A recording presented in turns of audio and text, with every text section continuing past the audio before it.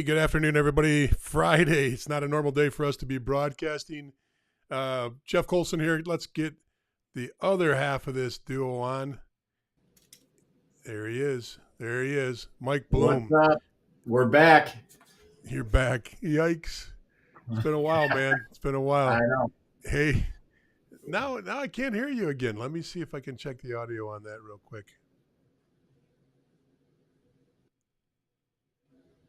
Talk to me again. We're back in the saddle. That's good enough. It's good enough. Plus, people really don't. You're just kind of there. Nobody really listens to you anyway. So why are we worried about what your volume is? That's right. Hey, I'm just here for the looks. That's all. Someone's got to be. This is Junior Hockey Live. Mike and I do this. I'm Jeff Colson. This is Mike Bloom. We do this once a week during the season. We just thought we'd come on season 2. Hockey's upon us. It's here. And it's kind of time to reintroduce ourselves to a lot of our audience from last year. But at the same time, take a little time to let people that may not have known about us, because especially from our discussion groups and our Facebook pages and our Twitters and all that stuff, we've got a whole new audience. We've got a lot of new people here. So this is just a chance to get a chance to get to know a little bit about what we do, a little bit about all the quirks of Mike Bloom and idiosyncrasies and all that stuff. So let's get with it. Mike, it's here, man. I mean, first scrimmage for Lone Star Brahmas is tonight. I know. I can't believe it. It seems like such a blur that we just finished the last season and we're right back starting a new one. So a lot of work was done over the off season that I think a lot of people don't necessarily see, but it is exciting, right? You're getting your team ready for the next season, and there's still question marks that need to be answered, and the only way to really do that is start getting into some games. It is crazy to think it's already here. The summer has gone that fast. Hey, look, while you're out there and you're listening or watching, whatever you're doing, drop on the comment section right below where you're at, and let us know you're out there. Let us know who you are, where you're from. And if you got a question at any time, you just go ahead and put it in the comments. We'll answer it. That's the easiest way to do it. If you're really, really good about it, maybe one day you can take over for my spot as Mike becomes more powerful in this duo. I'll get diminishing roles, and we'll find somebody else to replace me. So, no way. You're the one steering the ship here. We're all just waiting by your word. You say that, but we spent a road trip together from Chicago to Dallas a few months ago now. And boy, oh boy, did I learn a lot about you. That was honestly out of a movie, and Planes, Trains, Automobiles was pretty much how that road trip for both of us went, being in the car for at least 12 to 14 hours each way. And I mean, there's so many stories that I'm sure we'll probably hash out over the next few episodes or whatever that happened on that trip. But overall, good experience. It was good to be able to ride together with you and just kind of share different stories, and even get a further connection between the two of us than we had already. I definitely learned a lot. I don't know if it was good things, but I learned a lot about you. I got the one. We don't have to get into everything right now, but we check into our hotel, and within 10 minutes, Mike's already packed his bags and he's out in another hotel. Yeah, I am a little bit of a hotel snob, if you will. Stayed in way too many hotels in my life in the corporate world, traveling around, and the fact that I'm dodging crickets and who knows what else in my hotel room wasn't the type of hello I wanted to see once I finally got there. So the rest of the week, I had to go over and pick him up at his hotel and drop him off at his hotel.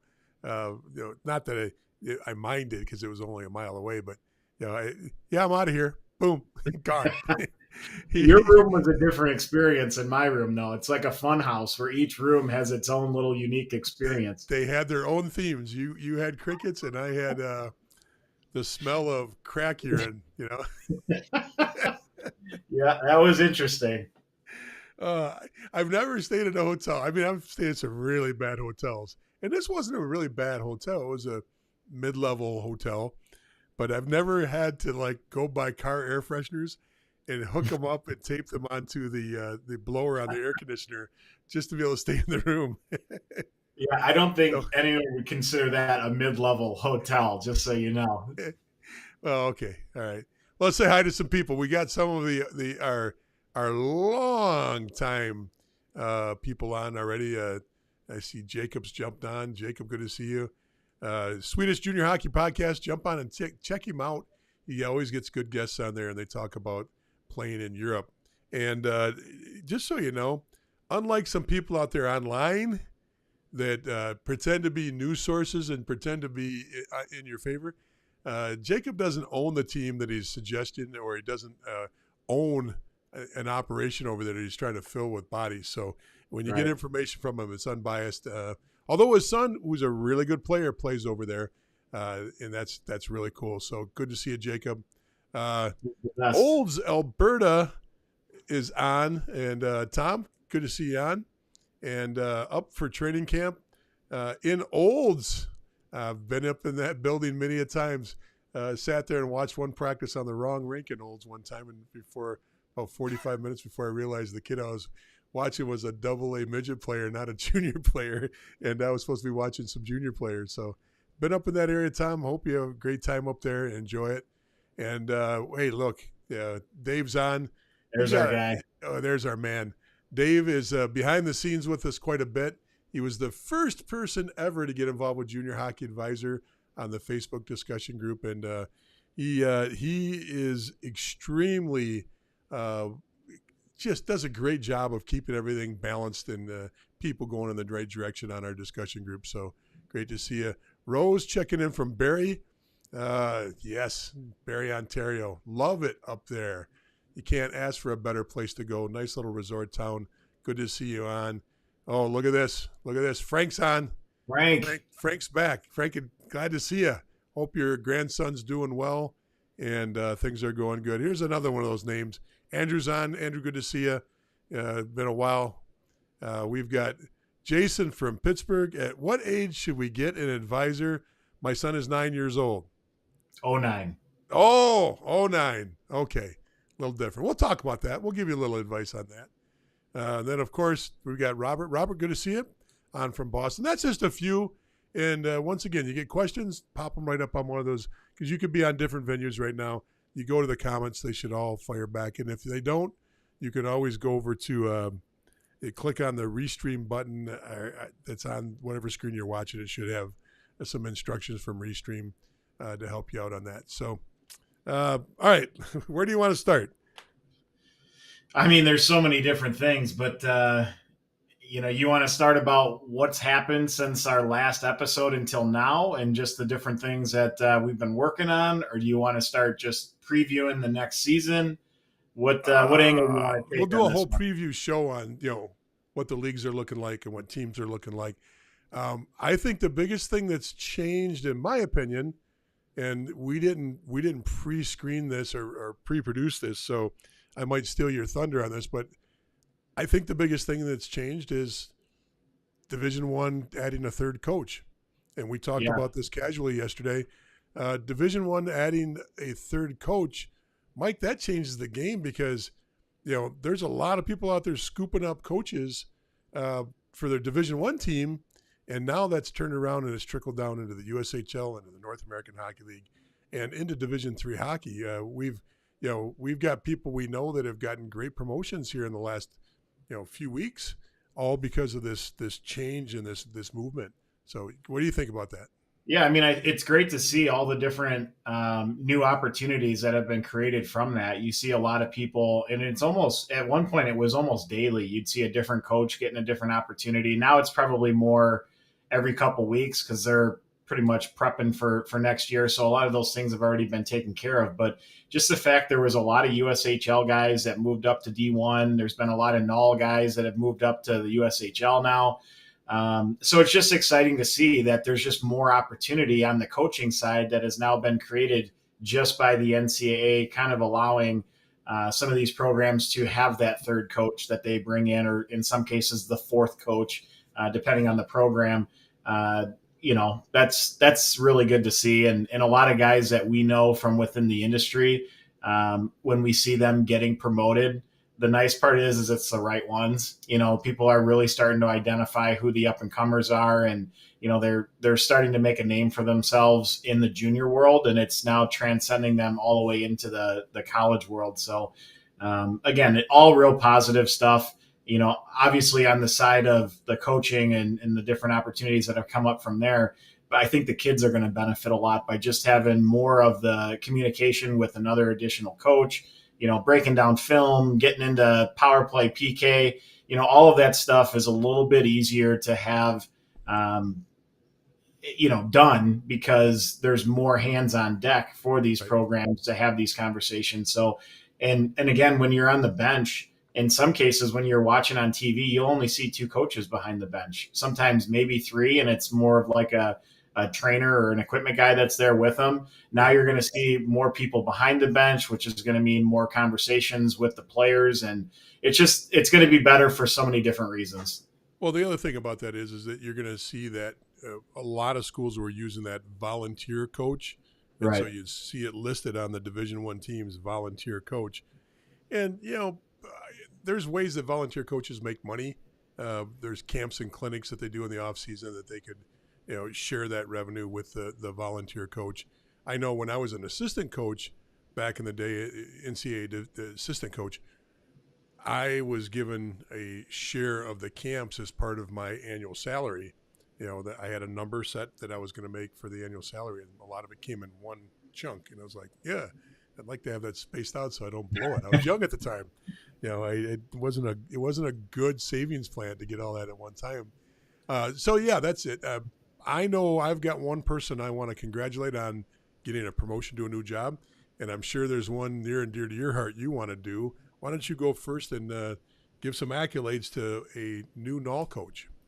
Yeah, we had Ryan Anderson, who was our associate head coach here at the Lone Star Brahmas for, he was an associate coach, I think, for the last 2 years, and then was a part of the program, I want to say, for 5, possibly 6. He had the NA3 team first and won a championship with that team, and then came on to the NAL staff, and he's now the head coach for Amarillo in the NA. So same division, which is going to be a little bit interesting, but we wish him all the best. He's going to do a great job. You can already see from some of the different radio spots and TV spots that he's done. He's saying all the right stuff, and he got some good mentorship from Dan Wildfong and some of the other guys along the way that he's ready. So hopefully we beat him every time he plays against us. But aside from that, we wish him the best of luck. Yeah, that's congratulations to Ryan on that. The other person I want to mention that was actually an interview we did this last year, and it was one of our very popular interviews, was Adam Phillips.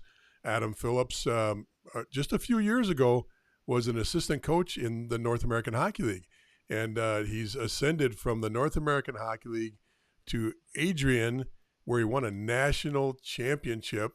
Think about that. He went from the worst team in the NAL. The next season, he wins a national championship as an assistant coach. Then he moves from there, 2 seasons there, moves to the USHL, and now he just got a job as the assistant coach at Miami University. So that's a rocket ship. And if you've met him or you've watched the interview, I encourage you to go back and listen to the interview that we did with Adam Phillips. I'm sure we'll do a new one this year, but just a man of integrity, young, energetic, and well-liked. He's a firm disciplinarian, but he's got that players coach side of him too that it comes out really well. Really, really appreciate seeing him go. And then we got another one. We forgot about one other guy. Used to be on our scouting staff. Buzzy, yeah. I know. You go ahead and tell him about that one.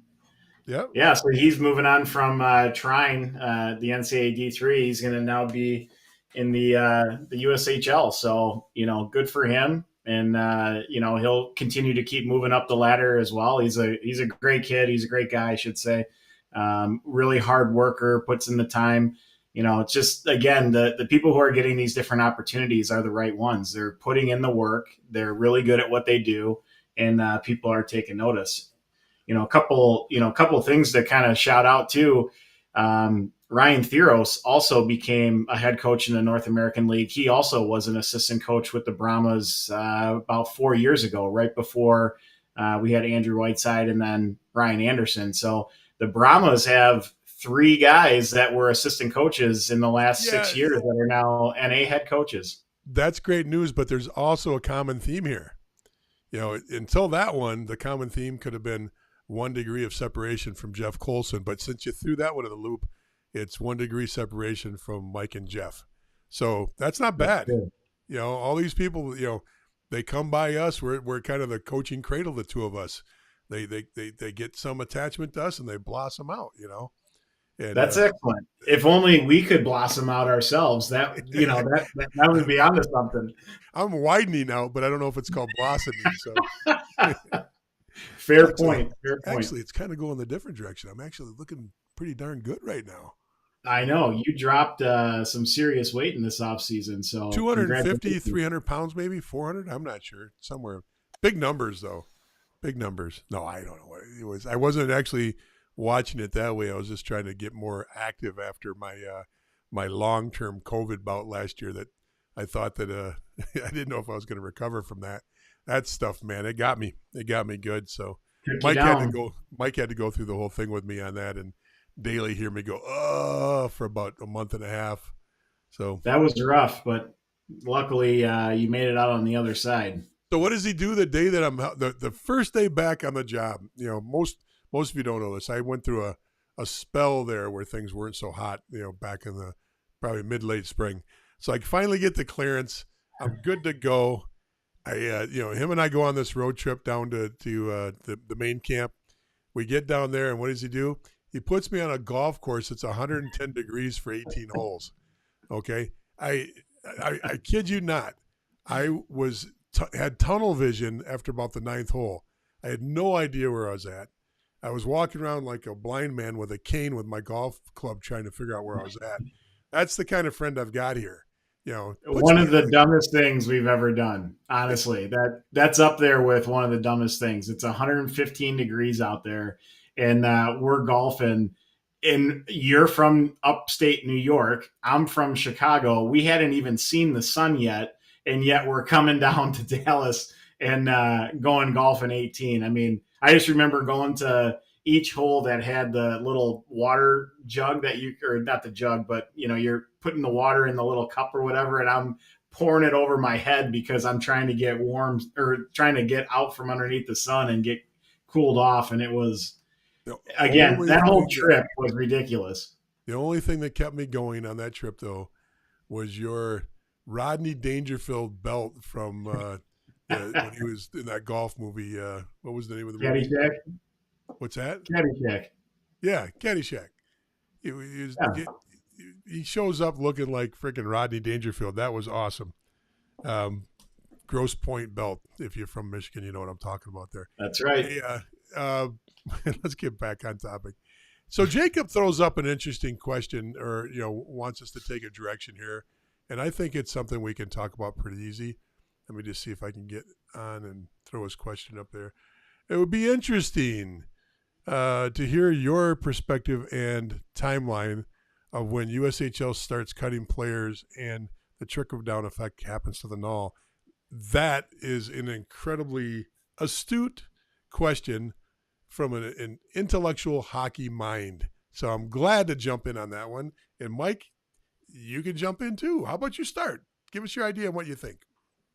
Of just the trickle down that'll happen between now and probably the next, 2 months or so. Should I read the question? Yeah, I didn't get to see the whole thing before you wiped it down. Oh my goodness. This is the way it's going to go right off the bat, man. You got all the eyes and the ears behind the scenes. I can't see it unless you show it. So I put it on the screen for you. Yeah. I mean, my perspective of it is, there's going to be probably, a handful of kids that'll trickle down, whether they end up in the North American League or they end up in the BC or one of the other leagues. That still remains to be seen, but it is a little bit of like a rat race. As soon as you get wind of some of the players that are currently competing for spots in the USHL that may not have spots when their rosters are finalized and whatnot.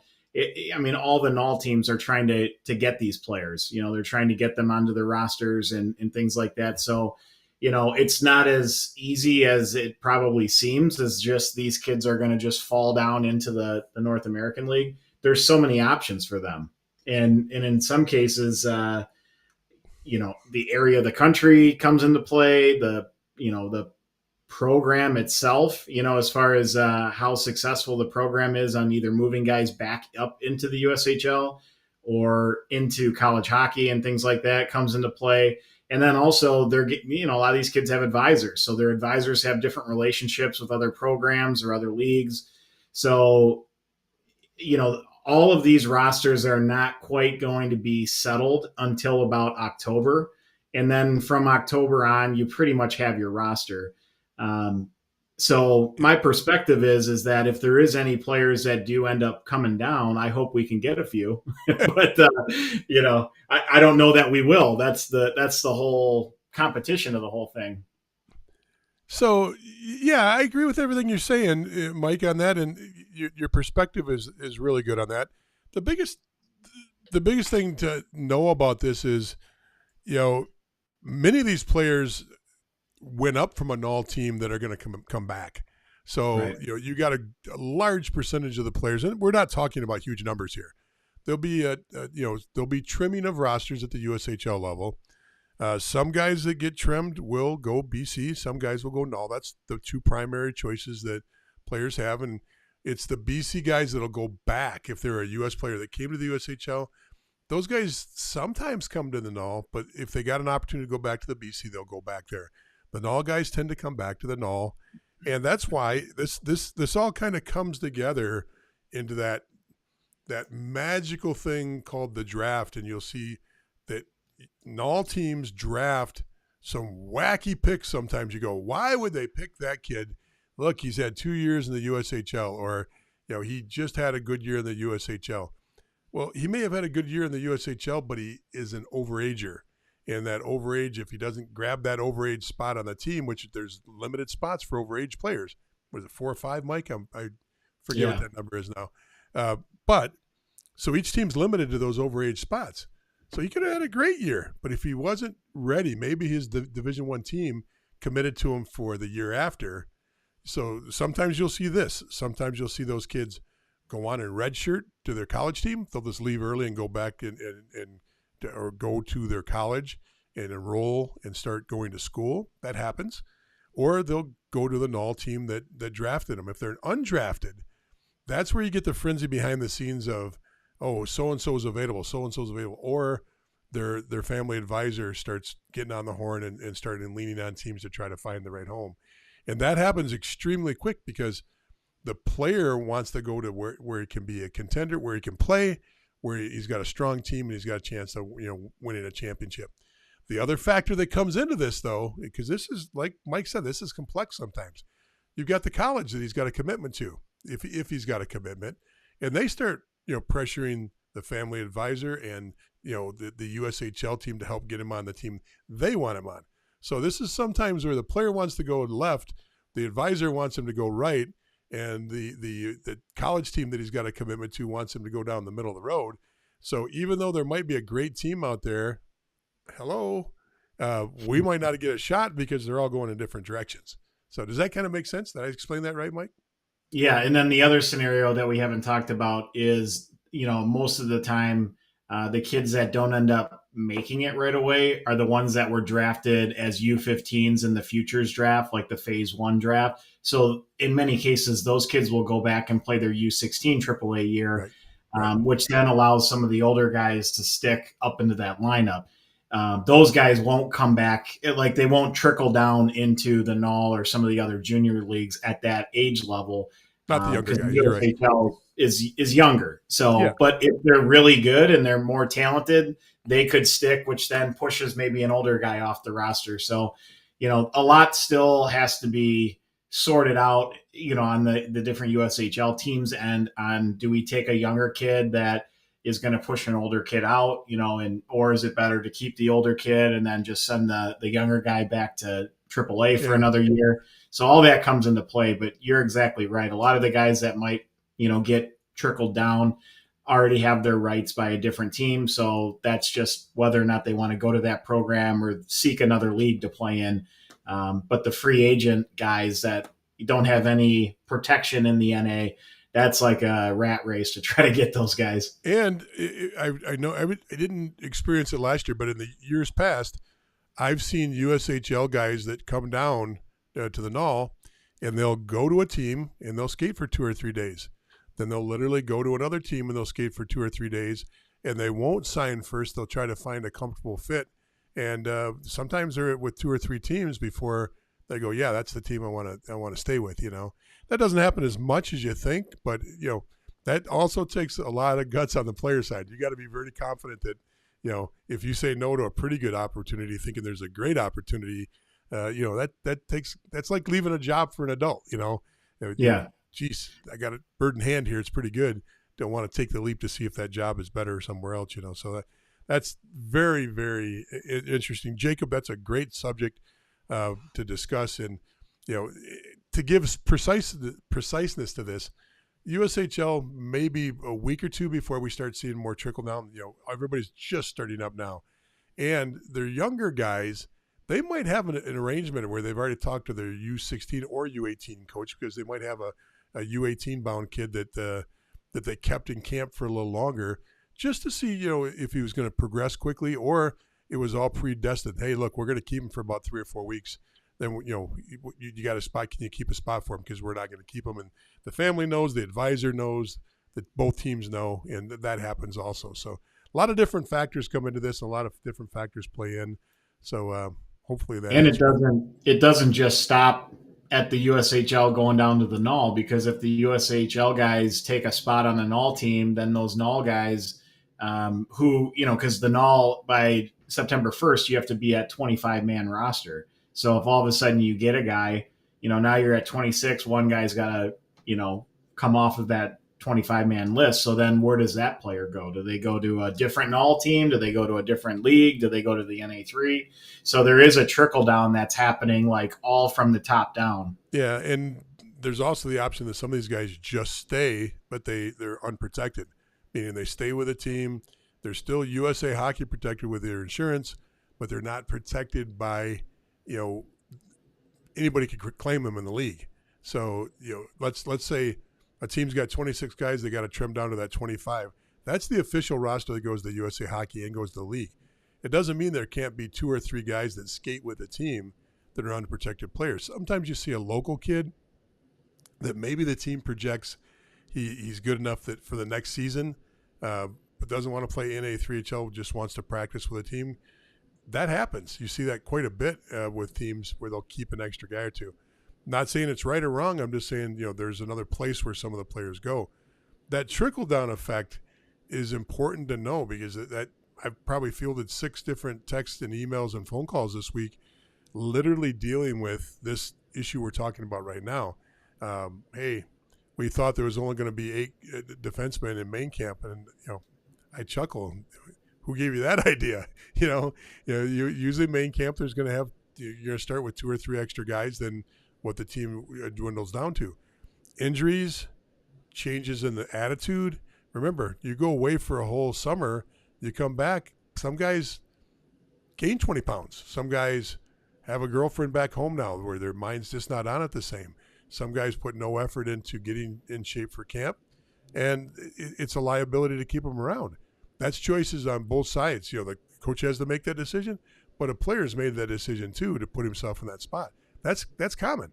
There's almost every team will have a player that come back that disappoints, that was a big part of the team the year before and just doesn't live up to it. And also coaches use that as a shakeup for the rest of the roster. If there's that guy that made an extreme change in his mental and physical ability, by cutting him, it kind of sets the tone for the rest of the team. So that will happen, and you will see that. That's not saying that, that happens with every team and it happens every year, but it does happen enough that this is not U18 where you can come in and work your way for, where I can say a lot of the good teams in Tier 1 Elite, HPHL, the Beast teams, AYHL teams, coaches literally take the attitude, hey, we'll play our way into the year. First 5-10 games. Mike, you might even do this with your team. I don't know the answer, but where you're not as concerned with the first 5 or 10 games or the first 5 or 10 weeks of the season. You're kind of preparing for the long run. Not in the null, man. No. For game 1, they're already playing. It's not quite playoff ready, but they're playing for every single point because making the playoffs is extremely important. A lot of the coaches' bonuses are based on making the playoffs. So that makes sense? Yeah. Yep. I'll add 2 more points. The one point is the biggest event almost every year is the NA Showcase, which has, NHL guys climbing the stands and watching games, and all the D1, D3 schools, all these scouts from all over the place. That happens right away at the beginning of the year. Yeah, so hang on one second there. Back up, because the one thing we got complaints on is you and I talking in leagues, hockey slang. The NA tournament you're talking about, showcase you're talking about, is the North American Hockey League. That's the league that we're talking about right now. It's their main showcase that kicks off the year in Blaine, Minnesota.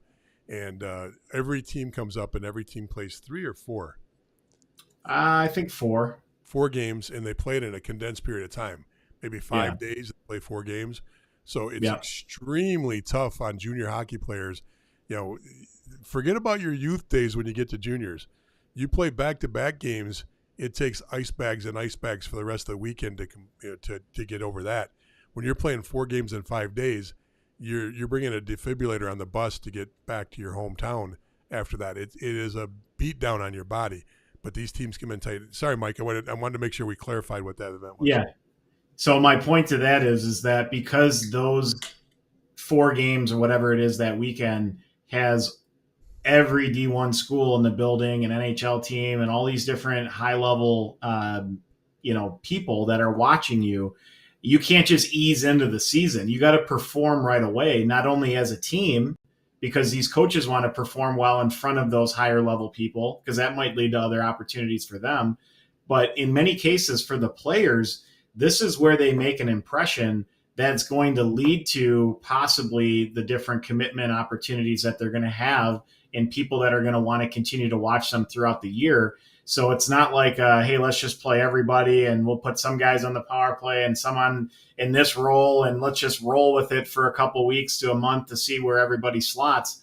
You got to be dialed in right away, because that's a missed opportunity if you're not.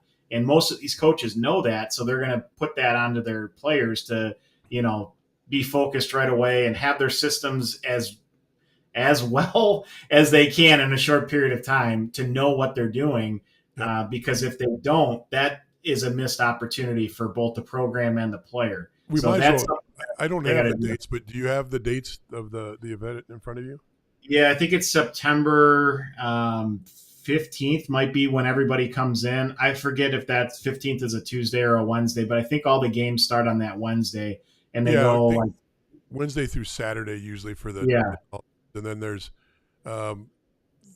other events that they're built around that too. So you'll have the NAPHL, which is the U18 and U16 component, and their invited guests. So you'll see some Minnesota, for lack of better terms, Minnesota high school all-star teams that'll play in that event as U18 teams. You'll see other invited teams from other leagues, some Tier 1 elite teams and stuff that'll jump in sometimes. They use them strategically to both up the ante on how important this event is for 16 and 18. So you'll see some good hockey across the board there. It's a fantastic event. Mike and I are there every year. We'll be there this year. I think I'm shortened this year, Mike, so I won't be there for the whole 4-day event like I normally am, and that is because I'm going back to watch University of Michigan play on Saturday night. Of course. Got to be back for that. So, before we move on, there was one more point I wanted to make on just the roster. Smokes, man! Go ahead. Roster trickle down.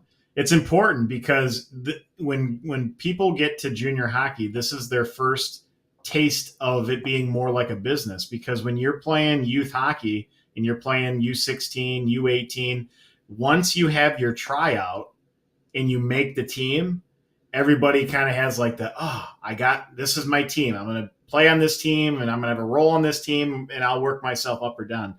When you get to juniors, it's like you go to main camp, you end up going to training camp and everyone's like, oh, I made it to training camp.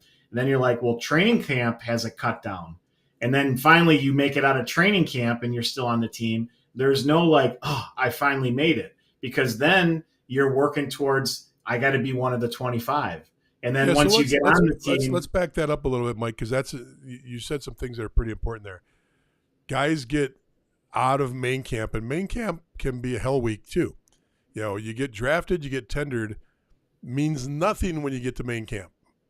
Doesn't mean a thing, because it got you in the door. You might get more exposure from the coaching staff because they know they drafted you or they tendered you, but you still have to make, teams usually take 30 to 35 players into the fall. But here's the thing, and this is a couple people asked me about this week. They said they were bringing 4 goalies in from main camp, and they did, but the 5th goalie showed up. That's business, okay? They never said we're only going to bring 4 in, most likely. I wasn't there for the conversation. They only said that we'd have 8D, or we only expected 8D because that's what came out of the main camp. We brought 8D from main camp. But there's 10 here at the beginning of the season. That's the way things work, folks. You're gonna be battling that, not only like Mike said in juniors, but you get to college. Hey, I got a Division I commitment. Oh my gosh, it doesn't include any money. Guess what? That's the way the world works. You got to work your way into that money many, many times. You get on a team as a freshman, you've got partial scholarships or no scholarships, and they expect you to work your way on to the point where your junior, senior year, you're on full scholarship or a majority scholarship. Some guys play the whole time with no money, but that's the whole thing. You make it to the pro level. Guess what? Unless you're in the NHL, you're getting paid $400 a week, and you got to work your way up from there. You're at that point in juniors where now it's the mentality has got to be like a profession versus it just being, I play hockey. You've got to wake up in the morning. It's a 9-to-5 job, and your thought process has to be on what I'm doing to improve myself mentally and physically to get to the next level. So, Mike, that's an excellent point. Yeah, because, people get the sense, even when September 1st rolls around and they set their roster at 25, that, I made it, finally. I can take my foot off the gas a little bit, even if it's just mentally take my foot off the gas. But that's not the case, because we're just talking about the trickle down that's going to happen from the USHL. There might be one guy, there might be no guys, there might be 5 guys. Like, who knows? But either way, then that 25-man roster has to get adjusted, and it might be you, So You can never feel like you're completely safe. I'm sure half the roster does because they already kind of have an idea of where they're at. But, theoretically, nobody's necessarily safe. It's not like, okay, this is our team and we're moving forward, because at any point, someone could be in college right now and think like, I'm not playing, I'm going to come back down. Like, there's so many scenarios, not like that's, common, but it does happen. Happens every year, though. It might not be common, but it happens every year. Exactly. Multiple players do come back from Division I and Division III. Okay, let's say hi to a couple people here. Holy smokes, Matt Maxfield's back on. Good to see you. Actually, a Michigan connection there, if I'm not mistaken. Oh, yeah. Upper Michigan, not right. UP, but Upper Michigan. So somebody said hi from Michigan, but did it off their Facebook, whatever Facebook platform they're using. That's not good enough unless you're at the University of Michigan and you're saying hi from Michigan. Okay, I'm down with that, but otherwise you got to tell us where you're from in Michigan. I'm not sure who that is. Maybe we know who you are. And then Kelly jumped on to say 17th or 13th to the 16th of September, and Kelly, if you're heading that way and you have room for me so I don't have to ride with Mike, I would appreciate it. Let me know. And I can drive a little bit too. And not well. I'll tell you that right now, folks. Not well. I just don't go fast. You don't like the fact that I don't drive 90 on somebody's bumper like you do, Chicago guy. Holy smokes, man. Let's tell the audience how it really is. They see you talking all the time. You talk with your hands when you're driving, which means we're probably hitting the rumble strips on the sides of the lanes, probably, I would say, every 4 minutes. And then the other thing is you get going into a story and let's say it's 70 is the speed limit. I'll look down and we're doing 62. And then 45 and then back to 62. I know, Yes. I know. Yes.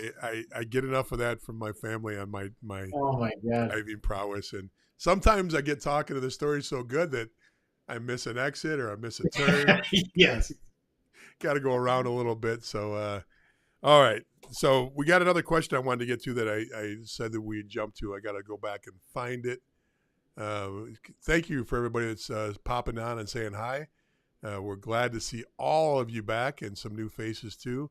And once again, if you haven't liked and subscribed to our junior hockey live on YouTube, go ahead and do that. If you're not a part of our junior hockey advisor Facebook page, our discussion group, jump on there and make sure you become a member there too. We're going to talk about that in a second. We're not gonna jump onto that one yet. So Jason from Pittsburgh, at what age should we get an advisor? My son is not 9 years old. He's in 09. Okay.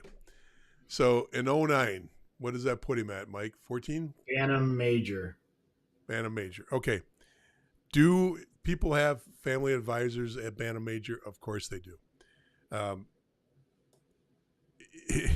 So here's the thing. There's so many different levels of this, and we've got tons and tons and tons of information on advisors. The reason we started doing this show and we started doing these broadcasts in the junior hockey discussion group and the junior hockey advisor page is because we put a lot of content on there to help with this. There is no right answer to this. There's players that will go on all the way into the NHL that never get an advisor. Rightfully so. Kind of everybody knows, and are helping and guiding them. They get a lot of help and guidance from college coaches and from pro coaches and from U18 coaches. So they don't really need an advisor. The rest of us, it all depends on the level of exposure from your team, how much effort your U16 and U18 coaches put into promoting players. Some are really, really good coaches, but don't put any effort into marketing their players. They figure that's their job. Other coaches, some coaches get really, really irritated when you bring an advisor in. So if I was playing on a high potent team, I would, if I'm playing in the HPHL for one of the top two teams, or I'm playing in Tier 1 Elite for one of the big powerhouse Detroit teams, I'd make sure I had a good relationship with my coach and communicated with him first and talked it through with him before I went out and got an advisor, because a lot of those guys are busting their butts for you, and they figure if you're getting an advisor, you're going to get steered differently, or the work they're putting in with all these college coaches they're talking to or junior coaches is going to go to waste. So they get irritated. You got to be careful on that. You might be losing your best opportunity to move up to another level because the guy gives up on you. Doesn't give up on you as a coach on the ice, but gives up on promoting you because he's like, hey, you're going to get an advisor, and that advisor is going to call me up and tell me everything he knows about the game. I can tell you, at the U18 level and U16 level, advisors are not looked upon the same way they are in other parts of the world.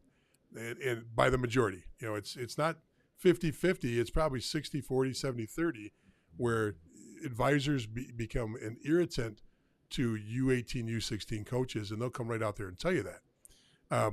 So part of this whole thing is reviewing what you have, analyzing, taking that, the big picture of your situation. Am I on a competitive team? Do I have a coach that's really busting his butt for me? You can knock off those questions, and if there's no's in there, then it's pretty obvious that you could use some help, and it's fine to do that. The other question is, how much time do you want to put into this yourself? If you have the ability to do a lot of these things that an advisor does, emails, making contacts, going to showcases, playing on spring teams, a lot of this is what family advisors do for you. You can do all that stuff yourself. Now, does the phone get answered by, dad calling up to talk to, the coach at Johnstown, the Johnstown Tomahawks and all coach? Probably not. Okay. But as we've talked about many, many times, if you want to be a is it DIY, do it yourself? Yeah. DIY. Yeah. If you want to be a DIY guy, you can do that, or mom. Keep in mind though, you're going to be sending out emails and they're going to get less response than most advisors. Okay, when I say most advisors, there is not 100% response rate from junior and college coaches for advisors either. There is advisors that will never get the phone picked up from the University of Michigan because of the level of either the quality or the fact that those guys don't respond to every advisor just because you call yourself an advisor.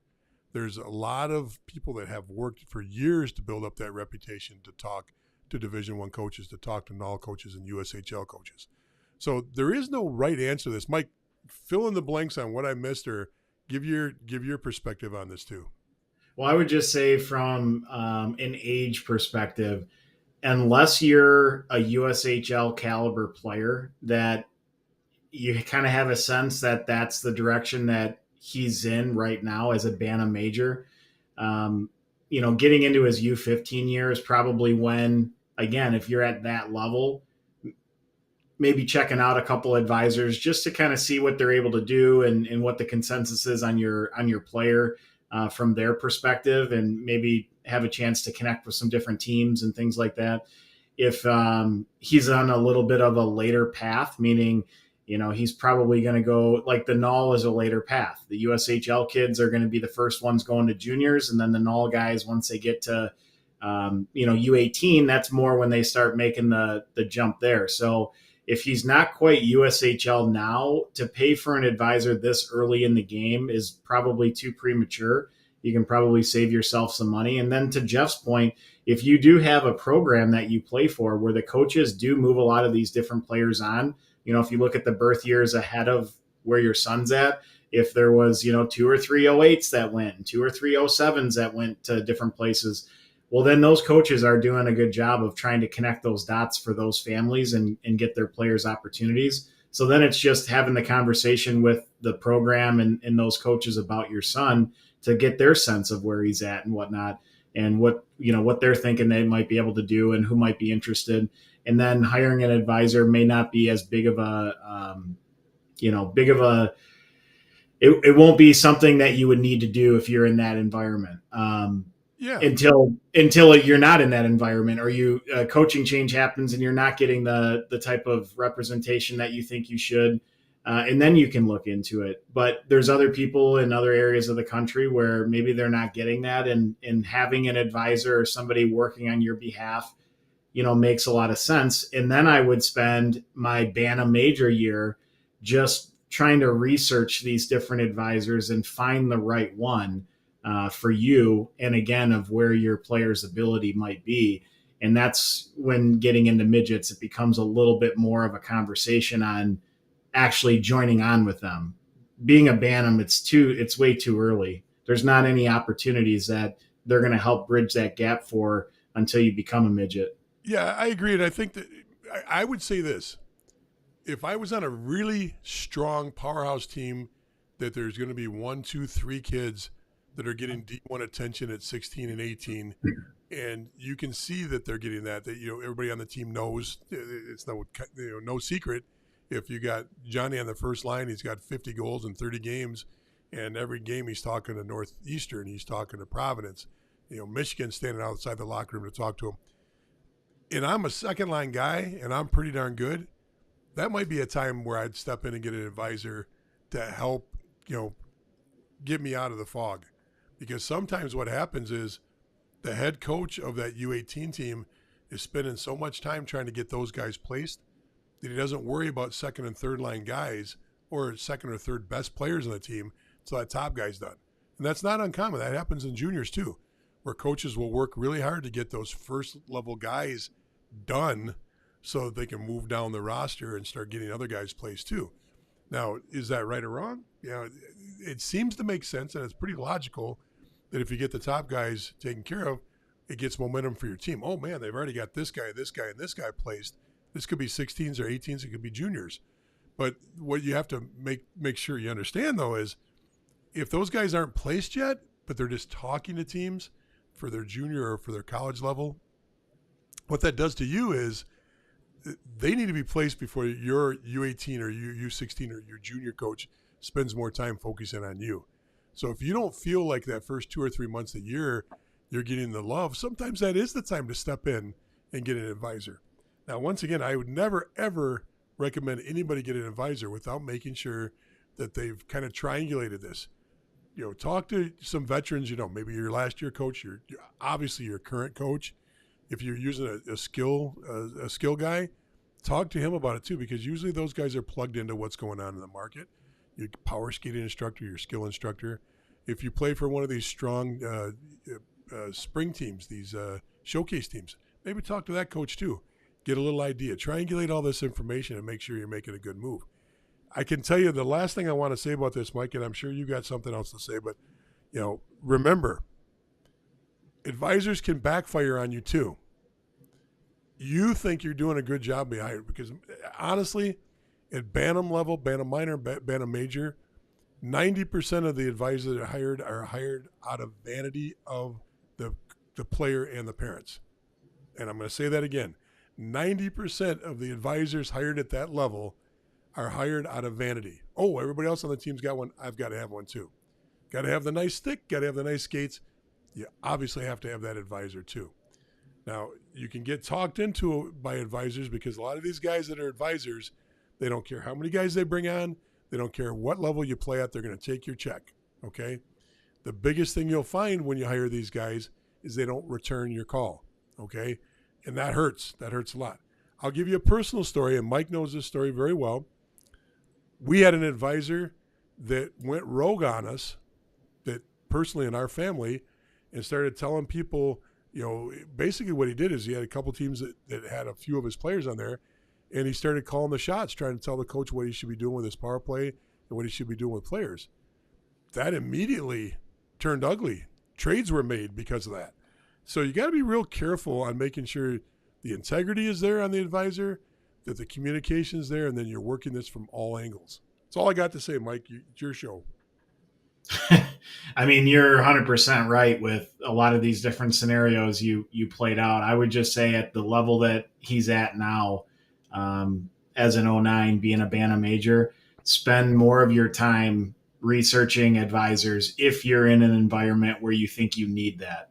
And if you're not, that's great. You don't have to pay for it. You don't have to go down that route because your program, your coaches, like everybody that you're ahead to play for, is going to help connect those dots for you.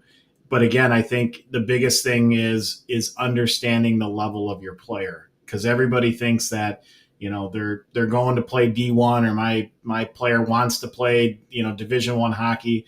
At some point you have to kind of understand though what level you're at and what's the next available opportunity that he can get to that would be an increase from where he's currently at.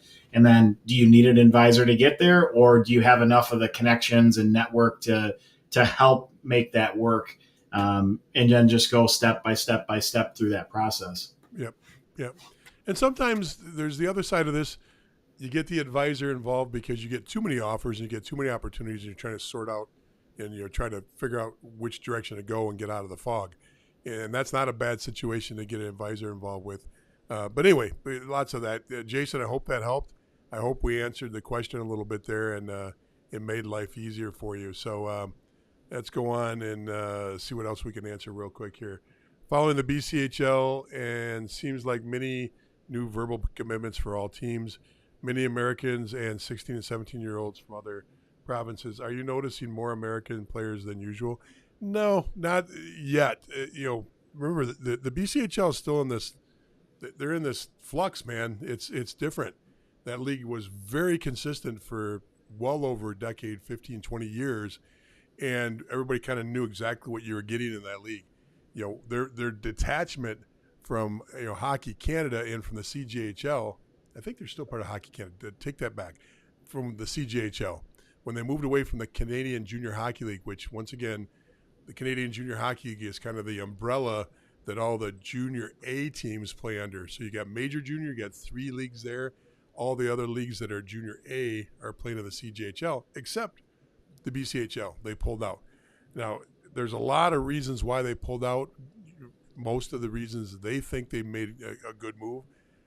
I'm not behind the scenes with you. There, in our discussion group, there's a few leaders of the BCHL in there. Sometimes they'll pipe in. Sometimes they're on our broadcast and they'll pipe in too. I can tell you this: it hasn't had the same change. I'm predicting right now there'll be less Americans in the league this year than everybody expected. They made the rule change about imports this year. We'll cover that in a future broadcast about the import change in the BCHL and what effect that's having. That's gonna be one of our main topics on a upcoming show here. Can't get through it all right now, but I don't know. More players from the other provinces. That's one of the reasons why they broke out of the CJHL. So you're going to see that the 16 and 17-year-olds. You're going to see the prep kids from the United States go up there. It's a popular place for the one and dones to go. 1 year in the BCHL, right to a Division I school. You'll see that quite a bit. So, Mike, anything else you want to add to that? Well, I think they did break away from Hockey Canada along with the CJHL because that was kind of the big turmoil that Hockey Canada was pissed about. But honestly, I haven't seen. And the other thing is this year might not be common for the years ahead because it just happened, and then they did take. Wenatchee is basically moving into the WHL, so that's one program that's out, and they kind of. And that team was almost all Americans every year. So those kids are now on all the other BCHL teams because they're not going to the WHL. So they were basically like, they didn't do a draft to get those different players' rights. Those players could just sign with whoever within the league. But, that kind of is filling the roster with available players that have that talent. Now that the amount of teams are set, next year when we get into this time, I guess we can see if there's more Americans that go in. But what I've noticed this offseason has been more Euros, I think, that have gone into the BCHL. Because they've opened the door there. That wasn't a door that was open before, so that's going to change things quite a bit. All right, let's take one more. We're kind of getting off of the, we tend to want to talk about coaches, teams, and players on this, and we keep our other broadcast, which is the Junior Hockey Advisor broadcast.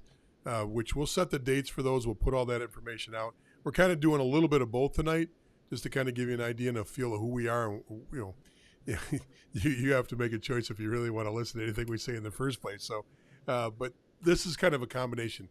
Junior Hockey Live is usually just talking about teams, players, coaches, and we don't get into the progression, and we don't get into the how to work around the politics. We don't get into those kind of questions. It's more like, hey, who's good in this league?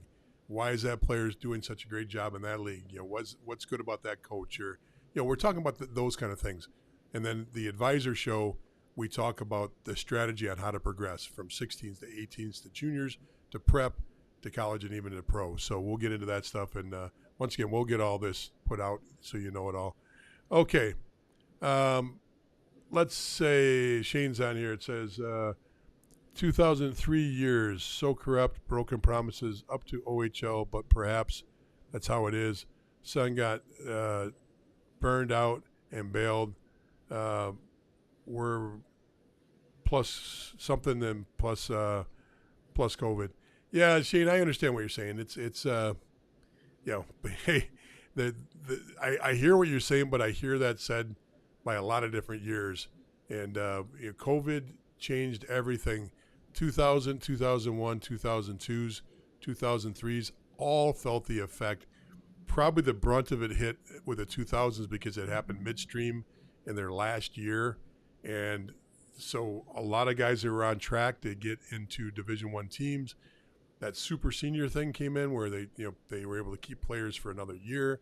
So those 2000s that were all ready to walk in the door, a lot of the doors got shut. They just literally got ghosted by a lot of Division I teams. And that probably happened to, I would say 40 to 50 guys in the NOL that were expected to be Division I players ended up playing Division III. And that trickle-down effect. All those Division III teams, now they've got the influx of 2, 3, 4 guys because when you're a D1 level guy, they get shut out the door. You're not going to the bottom of the D3 levels. You're going to the top teams. And we all know those. Those are the Wisconsin Stephen Points, Wisconsin River Falls. That's the Adrians of the world. That's the Geneseos. That's and I'm missing the NESCAC schools. You got some great programs out there in the Uticas. These programs all gained 3 or 4 players that they didn't expect to have, which pushed guys down off of their teams too. So where did they go? Well, if the school had an ACHA team, they got pushed there. So I understand burnout happens, and burnout happened to a lot of players during that process and that time. So I get it. I don't think it's just a OHL issue. I think it's a hockey issue from COVID in general, and put a lot of pressure on players, and things didn't work out for a lot of people in a lot of situations. It affected my family. I know it's with the program that we're involved with Mike and I know it affected players there. So I feel for you. But it don't feel like it's just you or your son. I think it happened to quite a few players. So, all right, Mike, you know what else we got to talk about? What's that? We hit 10,000, man. We hit 10,000 people on our discussion group. And we have a winner. That's a big number. That is a big number because it seems like it goes in just if you look at the graph on it from the day we started this, and we've been around for a few years now, we're still the baby on the block, but we've already passed everybody else. And that's what's amazing about this is there's people that have been doing this for 10 plus years with their Facebook discussion groups and with their Twitters and with their YouTubes. We've just blown all those numbers out of the water, and we keep getting bigger. I think it's purely on intellectual prowess from one of the on-air personalities and good looks, and I won't say which one of us, but that's my feeling. But it could be more. It could be that we give good, unbiased information. It could be that we actually give a shit about this and know what we're talking about. I don't know, but I like the intellectual. I think that's why they come on. They just want to see somebody that's fairly good looking and wants to talk about hockey. What do you think? Was fairly in all caps? No, I think when you look at the other outlets that do similar things, I think in many cases they go for more shock value than actual real content and information. And I think one of the things we do a good job of, even though we both work in the null, so when it comes to like information, we have a lot more about the league and different things that are going on. We try to do our best to get the information from other leagues, and this stuff is always changing, and it's not only changing from year to year, but it's changing within the year in many cases with a lot of this stuff. So we try to do our best to use our own network to get a lot of that information. So when we do get on these different podcasts, we can share value. And the nice part is with this particular Junior Hockey Live podcast, we talk about, like you said earlier, what's happening within these different junior leagues. Right now, we're still in the off season, so there's not a whole lot to talk about other than just recapping what happened between when our last episode was and now. But when we get into the advisor, podcast, and it's coming to giving people advice on, the scenarios that are particular to them and their player and different things like that, we can't just give our opinions. We have to have fact-based, information that we can share, because we're helping guide you. And you don't want to guide somebody down the wrong path just because you have an opinion of one particular route or path or things like that. So, I think you do a really nice job of showing the information live on those different podcasts. You'll go to Elite Prospects and show people how to find the information themselves. And again, it takes the opinion out of it. It's showing you the exact things that are happening. And I think people love that. Yeah, that's a very important point. I'm actually trying to look up our contest winner because I wanted to mention Mary. I don't want to even try to pronounce your last name because I'm going to make sure I got it spelled right here. But Mary A is one of our members of the group, and Mary actually won the closest to the right date of when we broke through 10,000. And even though we mentioned Mary in a quick, brief online little blurb on the discussion group, we'll give her her fair due, and we'll put something up that announces what prize she won. She does get a prize with that. It's going to be an email gift certificate, and that comes soon. And so, Mary, great job on that, and thank you so much. Getting back to the one thing we pride ourselves here on is we don't take shots, negative shots. We don't try to kick people when they're down. We don't try to attack the other people. But we will tell you this. the name of where all of our members are, where you are, for the most part, is under Junior Hockey Advisor. But we're not advisors, okay? We advise on junior hockey. We advise on college hockey. We talk about all these things, but we're not advisors. And what I mean by that is a lot of places that are saying they're news sources are really advisors that are using the news source to draw in potential clients. We're not trying to sell you anything here. We don't. We stay unbiased. We don't let people try to sell product on our site. We don't let people try to lure you in. I know it happens from time to time. We try to control that as much as we can, and we're pretty honest. If you want to, consult with us for an hour, you can pick up the phone and talk to either one of us. We do charge for that, but we're not out there soliciting that and trying to shove it down your throat. That's not why we do this. That's just one of the things on the side that we do because that's the business we're in. So hopefully that helps a little bit understand what we do. And Mike, what else you got before we get out of here? Well, just to put a bow on what you just said, I think the difference is we're not advisors, but we give advice. And when we do the Monday podcast, that's a lot of generalities that we go through. But sometimes people want to know, like, hey, I specifically have this particular issue, and they want us to kind of help walk them through it. So we're glad to do that. But we don't do these different podcasts because we're trying to, get money out of our viewers and whatnot. And that's the difference from what we do and what other places do, because you can feel that when you're on their site and you're getting solicited and, it's constantly, you pose a question and it's like, hey, DM me, or, hey, join this, or I can, do this for you or whatever. And we try to, not allow that on our site. It does happen. Good thing we got a couple watchdogs in the group that, Dave Kennedy being the biggest watchdog of them all, can pretty easily launch them out of there. So we try to keep it where we're just information sharing and not soliciting. And we joked about it at the beginning of the show, but if you want to know about European hockey, go to sources like Jacob Dahlin and his Swedish junior hockey broadcast. There are people out here that call themselves news sources that literally own teams over there. So they're advisors and own teams or a team, and not in a way that's going to get you back to the States. They just are looking to fill their coffer. And I'm saying that with it irritates me to the point where I have to say something, even though I don't want to take pot shots at people. That's not, we've been doing this for years, and we don't get into any little tit tats with anybody else. We let people be people, but it's also giving you information to make sure you understand what's going out there in the real world. So with that said, that's it. Just so you know, Dave thinks that this is all about you. Dave, you just lost all respect from me. I need to know, what did I do, Dave? What happened? And then we'll let Matt come in with the last one. Without this channel, I would have been extremely lost. I appreciate you guys and all you've done so far. That sounds like a guy that's going to buy me a cup of coffee the next time I see him in a rink.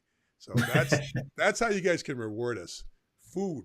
Okay, you see us at a rink, make sure we got a coffee. Now, I say that jokingly because most of the time when we're in the rink, we're in a situation where we've got a room we can go to and get free food and free drinks. So don't.